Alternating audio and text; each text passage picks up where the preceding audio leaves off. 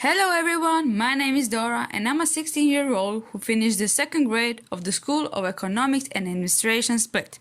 I live in Split and I'm currently working at a tourist company. I really enjoy listening to music, watching movies, painting and other activities. Fun fact about me is that I'm a keen shooter and I have a pet Labrador named Kira.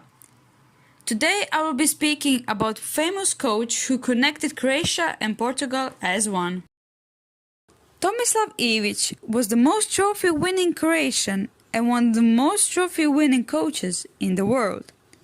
He was born in Split and in 1987 went to Porto, with which he has won 4 trophies in just one season.